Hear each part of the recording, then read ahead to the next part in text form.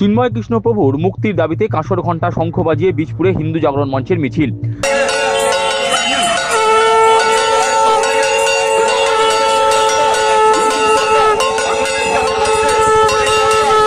বাংলাদেশ সনাতন জাগরণ জোটের মুখপাত্র চিন্ময় কৃষ্ণ প্রভুর মুক্তি চেয়ে এবং হিন্দুদের উপর নির্যাতন বন্ধের দাবিতে মঙ্গলবার বিকালে বীজপুরে মিছিল করল হিন্দু জাগরণ মঞ্চ। চিন্ময় কৃষ্ণ প্রভুর নিঃশর্ত মুক্তির দাবিতে হিন্দু জাগরণ মঞ্চের কাছাপাড়া ও হালিশহর নগরের তরফে মিছিল করা হয়। উক্ত মিছিল হালিশহর বাগমোড় থেকে শুরু হয়ে কাছাপাড়া কলেজ মোড়ে শেষ হয়। এদিন মিছিলে হেঁটে মহিলারা ঘণ্টা, কাঁসর, শঙ্খ বাজিয়ে সঙ্গে উলুধ্বনি দিয়ে প্রতিবাদে মুখর হলেন। হিন্দু জাগরণ মঞ্চের ব্যারাকপুর জেলার সংযোজক সাগ্নিক বিশ্বাস বলেন, সনাতন ধর্মকে কখনো শেষ করা যাবে না, হতাশা হবার কিছু নেই, ধর্মের সঙ্গে অধর্মের লড়াই চলছে, এর জন্য সনাতনীদের সংগ্রাম জারি রাখতে হবে।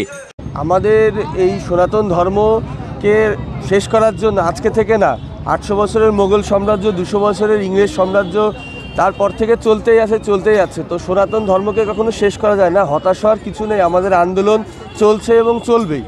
আর ধর্ম রক্ষার জন্য এটা একটা ধর্মযুদ্ধ। ভগবান শ্রীকৃষ্ণ চাইলেই যে কোনো সময় উনি ভগবান সব কিছু করে ফেলতে পারতেন, কিন্তু না, কুরুক্ষেত্রের যুদ্ধ হলো, তারপরেই আমাদের বিজয় হয়েছিল। তো ধর্মের সাথে অধর্মের লড়াই হচ্ছে, তো আমাদের এই সংগ্রাম করতেই হবে। সাগ্নিক আরও বলেন, বাংলাদেশে সনাতনীরা সংখ্যালঘু হয়ে যাওয়ায় তাদের উপর অত্যাচার নেমে এসেছে।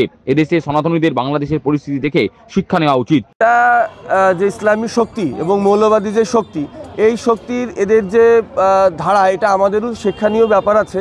যে আমরা এখানে যখন আছি সনাতন ধর্মের লোকজনরা সংখ্যা গরিষ্ঠ হিসেবে, তো আমাদের একরকম, কিন্তু ওখানে সংখ্যালঘু হয়ে যাওয়ার পরে হিন্দুদের সাথে কি হতে পারে, এটা পশ্চিমবাংলার হিন্দুদেরকে বাংলাদেশ দেখে শিক্ষা নিতে হবে। যে ওখানে আইন আদালত, তো আমি মাঝে মাঝে আমরা এটা হাসতে হাসতে বলি যে ভারতের সংবিধানের ক্ষেত্রেও হিন্দুরা আমরা শুধু সংবিধান মানার জন্যই আছি, আর বাকি সবাই সংবিধান ভাঙার জন্যই আছে। তো যেখানেই ওরা সংখ্যা গরিষ্ঠ হয়ে যাবে, সেখানে আর কোনো আইন থাকে না, সরকার থাকে না, সংসদ থাকে না, সংবিধান থাকে না। তো সেটাই বাংলাদেশ থেকে দেখা যাচ্ছে আর কি। তার সংযোজন, হিন্দু জাগরণ মঞ্চ রাজনীতির ঊর্ধ্বে গিয়ে সর্বদা সনাতনীদের পাশে থাকে। হিন্দু জাগরণ মঞ্চের কার্যক্রমে রাজনীতির রং না দেখে সকলকে আহ্বান করা হয়ে থাকে। রাজনৈতিক দলে যারা আছে তারা তো রাজনৈতিকভাবে তাদের অঙ্ক কষবেই, সেই সব দলের ক্ষেত্রেই। কিন্তু আমরা হিন্দু জাগরণ মঞ্চ বা বঙ্গীয় হিন্দু জাগরণ মঞ্চ, আমরা সবসময়ই সকল হিন্দুর পাশে থাকি। সেই রাজনৈতিক রং আমরা দেখি না, আমরা দেখি হিন্দুত্বের রং।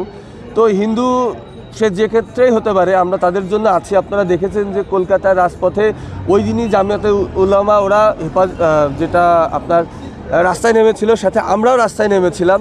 তো আমাদের শান্তিপূর্ণ সমাবেশ, রাস্তায় প্রতিবাদ প্রতিরোধ চলছে।